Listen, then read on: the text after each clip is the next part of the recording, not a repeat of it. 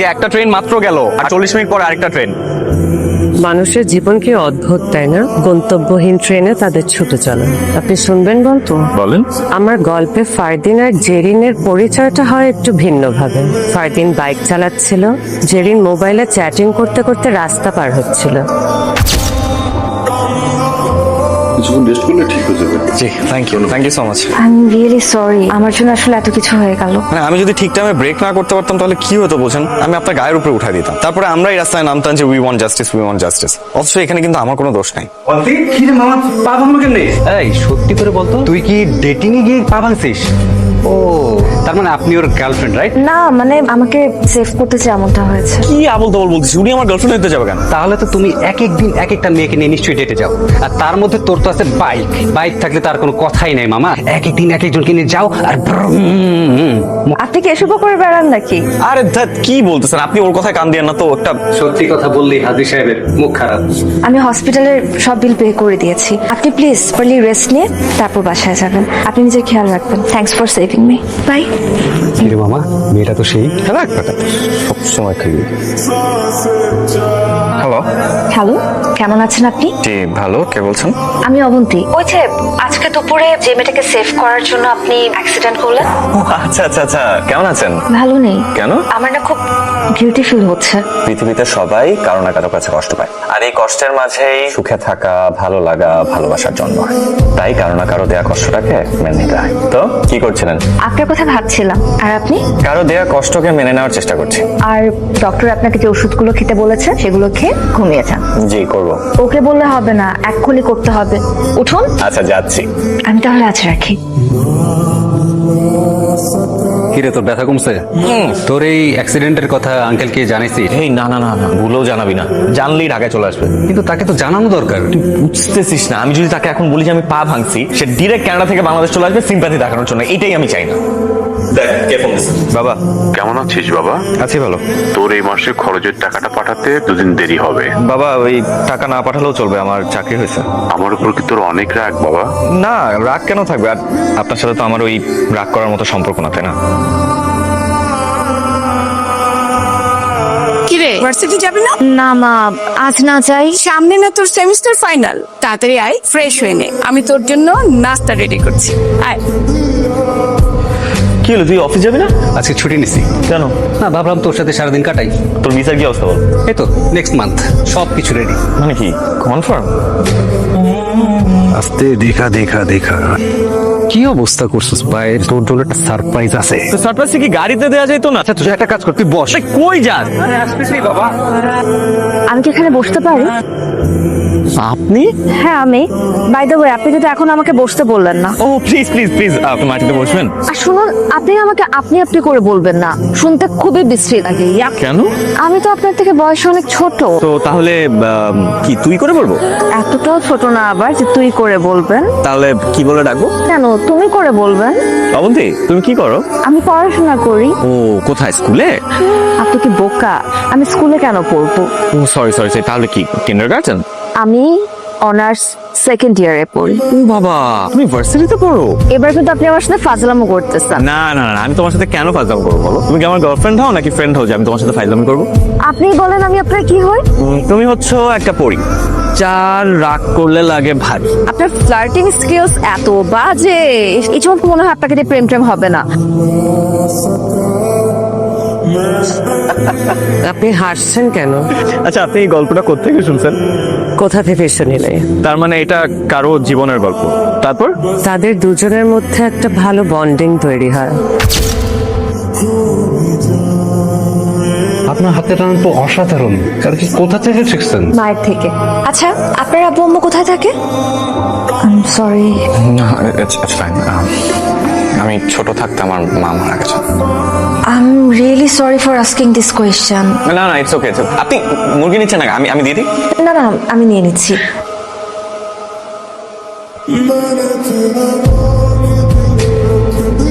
অফিসে কবে যাবি? দেখি আগামী মাসটায় জয়েন করবো। কি বলিস? খারাপ না, পা তো ভাঙলি সেই দিন। এখন আরেকটা জিনিস ভাঙবি কবে? না আর কি, বিয়ের হাড়ি ভাঙবি কবে? তুই যেদিন বিয়ে করবি তার ঠিক পরের দিন আমি বিয়ে করবো। আইসো না, নিজের জীবনের দিকে তাকাও, তখন আর হাসি আসবে না। আমাকে নিয়ে তোর ভাবতে হবে না, আমি সামনের মাসে দেশের বাইরে চলে যাব এবং সেখানে গিয়ে একটা ফরেনার মেয়ে পটিয়ে বিয়ে করব, আর বিয়ের পর দুজন মিলে করব কাপল ব্লগ, আর মাস শেষে শুধু ডলার আর ডলার। হইছে তোমার এই সামনের মাস আর আসবে না। 2 বছর ধরে খালি সামনের মাসে শুনতেছি। আচ্ছা, তুই কি অবন্তীকে ভালোবাসিস? ভালোবাসি কিনা জানি না, তবে ওর প্রতি খুব মায়া হয় আমার। পাখির মতো একটা মেয়ে, কি সহজ সরল চোখ, আর ঠোঁটের কোনায় সবসময় একটা হাসি লেগে, আর ওই হাসিতে আমি আটকে যাই। বুঝতে পারছি, তুই ওকে ভালোবাসিস, রাইট? তাহলে একটা কাজ কর, এই ভ্যালেন্টাইনে তুই ওকে প্রপোজ কর। পোজ করবো মানে শিওর? হ্যাঁ, তো কি হয়েছে, ভ্যালেন্টাইন্সে তুই ওকে প্রপোজ করবি, সমস্যা কি? তবে তার আগে একটা কাজ করতে হবে। কি কাজ? আসসালামু আলাইকুম আন্টি। ওয়ালাইকুম সালাম। এই যে অবন্তী আপার একটা পার্সেল আসছে।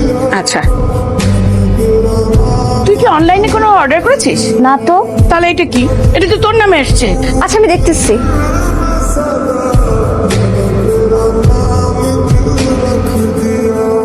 হ্যালো কেমন, কি করছো? ভাইয়া, জানেন কে জানে আমাকে একটা পার্সেল পাঠিয়েছে। আমি খুলে দেখি একটা শাড়ি।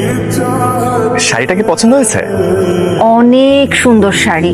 এত সুন্দর শাড়িটা যে পাঠালো, তাকে তো অন্তত একটা থ্যাংক ইউ দেওয়া দরকার। থ্যাঙ্কসটা কিন্তু তুমি দিয়ে দিতে পারো।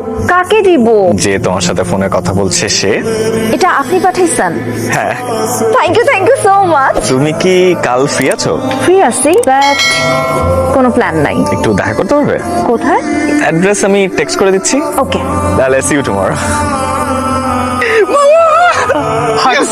Everything is okay. Everything is success. আচ্ছা, আপনি কি স্বপ্নে নীল শাড়ি দেখেছিলেন? স্বপ্নে কোনো রং দেখা যায় না, কারণ রং আলো থেকে জন্মায়, আর স্বপ্নে কোনো আলো নেই, শুধু স্মৃতি আর অনুভূতির ছায়া। আচ্ছা, what do you think about dreams? Nothing. আপনার কি কখনো বিশ্বাস হয় আমরা স্বপ্নে যা দেখি তা মাঝে মাঝে সত্যি হয়ে যায়? আমরা রিয়ালিটিতে যেটা দেখি সেটাই স্বপ্ন হয়ে আমাদের কাছে ধরা যায়, বেঁচে থাকার স্বাদ বাড়ানোর জন্য। একদিন আপনি বিশ্বাস করা শিখতেন। আচ্ছা, আপনি গল্পটা বলেন শুনি।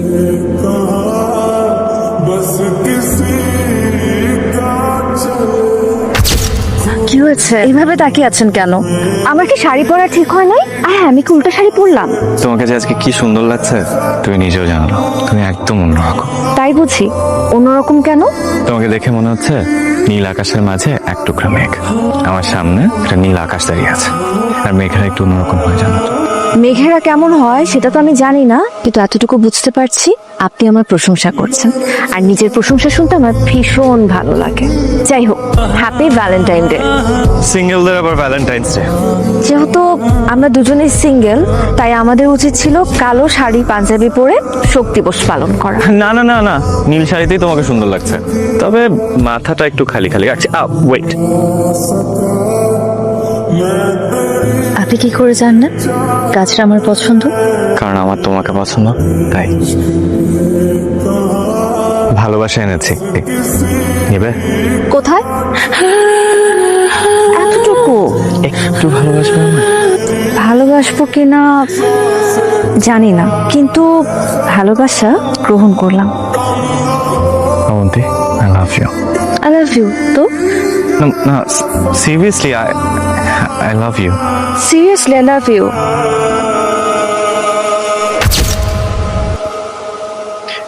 আচ্ছা, আপনি শেষ করেন গল্পটা, তারপর কি হয়?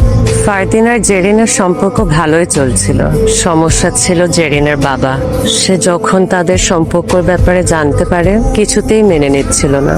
সে তার পরিচিত এক বিজনেসম্যানের ছেলের সাথে জেরিনের বিয়ে ঠিক করে ফেলে।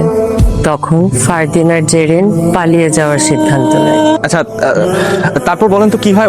ওরা পালিয়ে কোথায় যায়?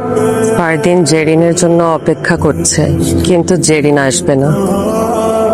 আসবে না মানে? কেন আসবে না? ফারদিনের কাছে আসার মুহূর্তে কিছু বখাটে ছেলে জেরিনকে রেপ করে খুন করে। আরে কি আজব, ফোন বন্ধ কেন?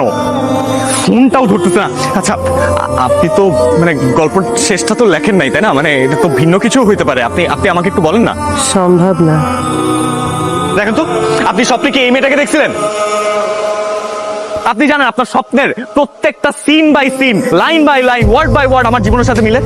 অবন্তীর সাথে আমার দেখা হয়েছিল বাইক অ্যাক্সিডেন্টের মাধ্যমে। আপনি আপনি কে আমাকে একটু বলেন তো? আমার আমার আমার একদম উচিত হয় নাই, আমার ওকে নিয়ে আসা উচিত ছিল, তাইলে এইসব প্রবলেম হইতো না। আমি আপনাকে বলেছিলাম একদিন আপনি বিশ্বাস করতে শিখবেন। আপনি তার সাথেই ছিলেন, কিন্তু কিন্তু আরে ভাই ভাই এখানে কোনো নীল শাড়ি পরা মেয়ে দেখছেন ভাই? ওই যে বেস্টার মধ্যে বসেছিল ভাই, ওই একটু আগেই ছিল ভাই। না তো এই কই কই আশেপাশে খুঁজে দেখেন কোথাও গেছে মনে হয়। ভাই আপনারা দেখছেন ভাই, এই যে এই বেস্টার মধ্যে বসেছিল ভাই।